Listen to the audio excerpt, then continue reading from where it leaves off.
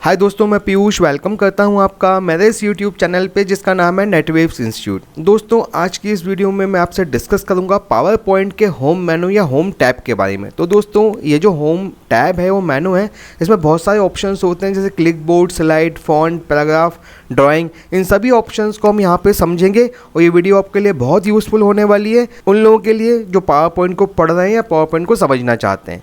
दोस्तों, जो लोग पावर पॉइंट पढ़ रहे हैं या समझना चाहते हैं, अगर आपको वर्ड पढ़ना है या वर्ड समझना है या एक्सेल पढ़ना है या एक्सेल समझना है, तो मेरे इस वीडियो पे एक्सेल के और वर्ड के पूरे वीडियोस अपलोडेड हैं और ये वीडियोस मेनू वाइज हैं। आप जिस भी मेनू को समझना चाहते हैं वर्ड या एक्सेल में, आप प्लेलिस्ट पे जाकर उस मेनू की वीडियो को आप ओपन कर सकते हैं और उस मेनू के पूरे ऑप्शंस को वहाँ पर समझ सकते हैं। तो दोस्तों, अगर वीडियोस आपको पसंद आती हैं तो प्लीज़ लाइक, कमेंट और शेयर जरूर कीजिएगा और चैनल को सब्सक्राइब करना ना भूलिएगा। तो दोस्तों, चलिए अब मैं माइक देने जा रहा हूँ मिस मुस्कान को, जो आपको समझाएंगे पावर पॉइंट के होम मेनू या होम रिबन के बारे में। ओके, सो हमारे पास यहाँ पे नेक्स्ट टैब अवेलेबल है, that's home tab. Home tab की मदद से आप अपनी फाइल को यहाँ पे कस्टमाइज़ कर सकते हैं, फॉर्मेटिंग कर सकते हैं। हम यहाँ से नई स्लाइड्स को अपने डाटा में ऐड ऑन कर सकते हैं। यहाँ पर हमारे पास इससे रिलेटेड ऑप्शंस हमें देखने को मिल जाते हैं। यहाँ पे हमारे पास जो पहला ग्रुप अवेलेबल होता है दैट्स क्लिपबोर्ड ग्रुप, जिसमें हमारे पास cut, copy, paste, format painter के ऑप्शन अवेलेबल होते हैं।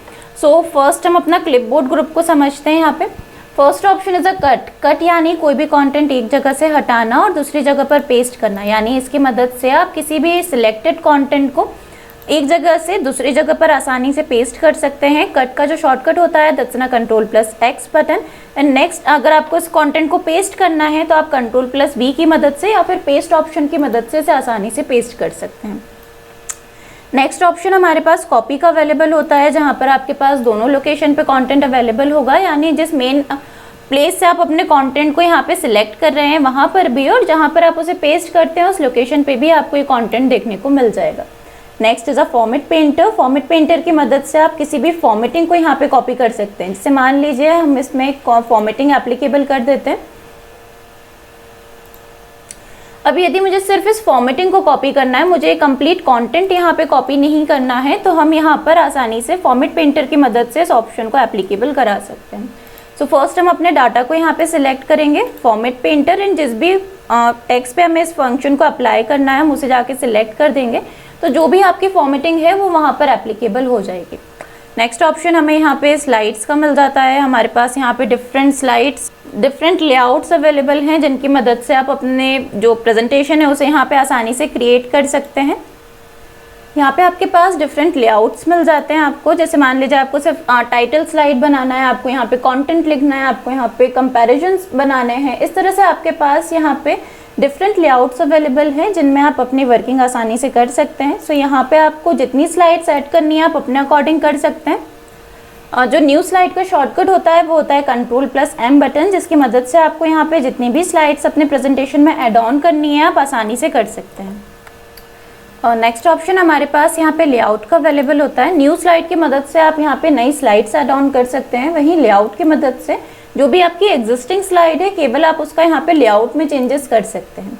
Next option is reset. Reset यानी जैसे मान लीजिए आपने इसके अंदर कोई भी अपने अकॉर्डिंग चेंजेस करे हैं, आपने इसकी जो विड्थ है उसे कम कर दिया या फिर आपने इसकी जो प्लेसमेंट है उसमें कोई चेंजेस करे, तो आप वापस अपनी स्लाइड को वैसे ही रीसेट कर सकते हैं जैसे ही आपकी स्लाइड स्टार्टिंग में आपने यहाँ पर ऐड ऑन करी होगी।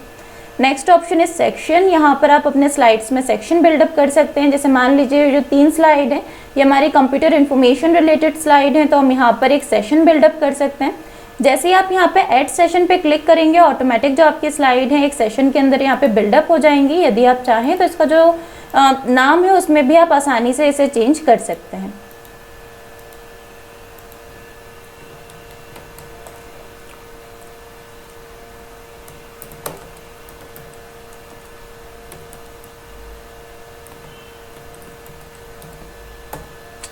इसके अलावा यहाँ पर आप और भी सेशंस बिल्डअप कर सकते हैं, यानी आपने यहाँ पे एक स्पेसिफाइड सेशन को बिल्डअप करा है। इसके अलावा अगर आपको यहाँ पे और भी सेशंस बनाने हैं तो जिस भी स्लाइड से आप न्यू सेशन बिल्ड करना चाहते हैं वहाँ से आप अपने कर्सर को प्लेस कीजिए। उसके बाद आप यहाँ पे वापस सेशन पे क्लिक कीजिए और ऐड सेशन पे जैसे ही आप क्लिक करेंगे जो भी स्पेसिफाइड स्लाइड आपकी एक्टिवेटेड होगी वहाँ से आपका दूसरा सेशन आसानी से बिल्डअप हो जाएगा। नेक्स्ट ऑप्शन हमारे पास यहाँ पे फॉन्ट ग्रुप का अवेलेबल होता है, जिसमें आप अपने सिलेक्टेड टेक्स्ट में different kind of font stylings applicable कर सकते हैं। इसके बाद हमारे पास यहाँ पे फॉन्ट साइज अवेलेबल होते हैं, आप अपने प्रेफरेंस अकॉर्डिंग जो भी फॉन्ट साइज यहाँ पर एप्लीकेबल करना चाहें उसे आप आसानी से एप्लीकेबल कर सकते हैं। Font size increase and font size decrease, इसकी मदद से आप अपने सिलेक्टेड टेक्स्ट में फॉन्ट साइज को इंक्रीज कर सकते हैं और डिक्रीज कर सकते हैं। नेक्स्ट इज बोल्ड, आपके जो टेक्स्ट है वो हमें नॉर्मल टेक्स्ट के अपेक्षा थोड़ा स्लाइड डार्कर हमें देखने को मिल जाता है। इटैलिक वर्ड्स हमें स्लाइड थोड़े से झुके हुए नज़र आते हैं। नेक्स्ट इज अंडरलाइन, जहाँ पर आप अपने सिलेक्ट किए गए कंटेंट में अंडरलाइन कर सकते हैं। इसके अलावा शेडो, यहाँ पर हमें एक ऑप्शन मिल जाता है जिसमें हमारे जो वर्ड्स हैं उसके बैकग्राउंड में हमें एक लाइटिश शेडो देखने को मिल जाती है। Next is a scratch through, words के मिड में एक लाइन यहाँ पर क्रिएट हो जाती है। इसके अलावा हमारे पास यहाँ पे कैरेक्टर स्पेसिंग का ऑप्शन होता है, यानी आप अपने कैरेक्टर्स में कितनी स्पेस रखना चाहते हैं, first character to second character के बीच में जो स्पेसिंग होती है उसे आप अपने प्रेफरेंस अकॉर्डिंग यहाँ पर एडजस्ट कर सकते हैं। Next is a change case, जहाँ पर आप सिलेक्ट किए गए कॉन्टेंट को ऑटोमेटिकली अपर, लोअर या फिर सेंटेंस केस में कन्वर्ट कर सकते हैं। इसके अलावा हमारे पास यहाँ पे फॉन्ट कलर का ऑप्शन अवेलेबल होता है, जहाँ पर आप डिफरेंट कलर ऑप्शंस आपको मिल जाते हैं जो आप सिलेक्ट किए गए टेक्स्ट में आसानी से चेंज कर सकते हैं।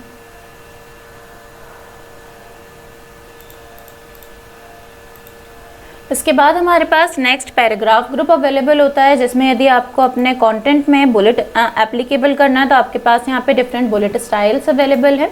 इसके अलावा आप यहाँ पे नंबर बुलेटिंग भी एप्लीकेबल कर सकते हैं, जो कि सेम एज बुलेट्स होते हैं, बस यहाँ पे आपके पास नंबर फॉर्मेशंस अवेलेबल होते हैं। टेक्स्ट आपको कहाँ अलाइन करना है, जैसे centre, left hand side, right hand side, ये ऑप्शन हमें यहाँ पर मिल जाते हैं। इसके अलावा यहाँ पर आपके पास जस्टिफाई का ऑप्शन अवेलेबल होता है, जहाँ पर आपके जो कंटेंट है उसके जो लेआउटिंग होती है वो आप यहाँ पे जस्टिफाई कर सकते हैं। नेक्स्ट इज आप कॉलम, आप यहाँ पे अपने सिलेक्टेड कंटेंट को 1 कॉलम 2 कॉलम इस तरह एक अलाइनमेंट दे सकते हैं, जहाँ पे जैसे आपको एक मैगजीन या फिर न्यूज़पेपर्स वगैरह में जो आउटलुक देखने को मिलता है, कुछ उस तरह का आउटलुक आप यहाँ पे जनरेट कर सकते हैं।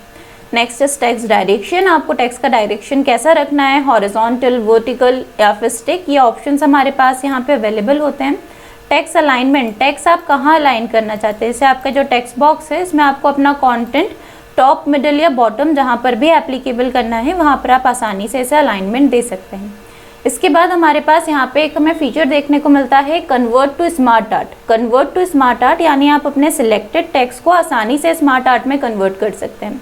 यूजुअली हमें पहले ग्राफिक लेना पड़ता है, देन उसके बाद हम अपने कंटेंट को वहाँ पे टाइप कर सकते हैं, बट यहाँ पर हमारे पास इस तरह का एक फीचर अवेलेबल है जिसमें आप आसानी से अपने लिखे हुए टेक्स्ट को यहाँ पे कन्वर्ट करा सकते हैं। आपके पास स्मार्ट आर्ट रिलेटेड यहाँ पे टूल्स अवेलेबल हैं, जिसकी मदद से आप अपने स्मार्ट आर्ट जो ग्राफिक है उसे आसानी से डिफाइन कर सकते हैं, आपको यहाँ पे कलर वेरिएशन कैसा रखना है। इसके अलावा अगर आप इसके अंदर कोई 3D फॉर्मेशन वगैरह बिल्ड करना चाहते हैं तो भी आप इसे आसानी से यहाँ पर दे सकते हैं। इसके बाद हमारे पास यहाँ पे ड्राइंग टूल अवेलेबल होते हैं। ड्राइंग टूल की मदद से आप यहाँ पे डिफरेंट काइंड ऑफ शेप्स को बना सकते हैं। आपको अगर शेप्स के साथ कोई भी वर्किंग करनी है तो आपके पास यहाँ पे ऑप्शन अवेलेबल होता है, जहाँ पर आप आसानी से अपने कंटेंट में डिफरेंट शेप्स को यहाँ पे बिल्डअप कर सकते हैं। आपकी जैसी प्रेफरेंस है उस अकॉर्डिंग आप यहाँ पे शेप्स के साथ वर्किंग कर सकते हैं। यहाँ पे अरेंज का ऑप्शन हमें मिल जाता है, यानी यदि 2 शेप हैं तो कौन सा शेप आपको पहले रखना है, कौन सा शेप आपको यहाँ पे बाद में रखना है, ये सारे अल्टरनेटिव्स हमें यहाँ पर देखने को मिल जाते हैं। इसके बाद हमारे पास यहाँ पे क्विक स्टाइल का ऑप्शन अवेलेबल होता है, जहाँ पर आप अपने जो टेक्स्ट बॉक्स हैं या फिर जो आपके शेप हैं उसमें आसानी से कुछ इस तरह से कलर वेरिएशन को एप्लीकेबल कर सकते हैं। जैसे मान लीजिए इसकी थोड़ी सी ब्रेथ इंक्रीज कर देते हैं, आपके जो भी टेक्स्ट बॉक्सेस हैं या फिर आपका अगर मान लीजिए आपने कोई शेप लिया है उसके अंदर आपको यहाँ पे कलर फिलिंग करना है, आपको यहाँ पे कोई डिफरेंट कलर इस तरह से ऑप्ट करना है। अगर आप यहाँ पे कोई पिक्चर लगाना चाहते हैं आपके पास यहाँ पे ग्रेनेट ऑप्शन मिल जाता है, या फिर आपके पास यहाँ पे टेक्सचर ऑप्शन भी अवेलेबल होता है जिसको आप यहाँ पर आसानी से यूज़ कर सकते हैं। नेक्स्ट ऑप्शन हमारे पास यहाँ पे फाइंड का अवेलेबल होता है। यदि आपको अपने इस पूरे कंटेंट में या फिर स्लाइड में कोई भी कंटेंट को सर्च करना है तो आप कर सकते हैं। रिप्लेस, एक वर्ड से दूसरे वर्ड को यहाँ पे चेंज करने के लिए इस फंक्शन का यूज़ किया जाता है, जिसकी मदद से आप यहाँ पे किसी भी सिलेक्टेड टेक्स्ट या फिर कोई भी जो टेक्स्ट आप यहाँ पे ओवरऑल अपने कंटेंट में चेंज करना चाहते हैं तो उसे आसानी से कर सकते हैं। नेक्स्ट इज सिलेक्ट, कोई भी ऑब्जेक्ट या फिर सारा कंटेंट एक साथ सिलेक्ट करने के लिए इस फंक्शन का यूज़ यहाँ पे किया जाता है। तो दोस्तों मुझे उम्मीद है कि ये वीडियो आपको पसंद आई होगी। अगर वीडियो आपको अच्छी लगी हो तो प्लीज़ आप लाइक, कमेंट और शेयर जरूर कीजिएगा और चैनल को सब्सक्राइब करना ना भूलिएगा। तो दोस्तों चलिए मिलते हैं आपसे अगले वीडियो में, जब तक वंदे मातरम, जय हिंद।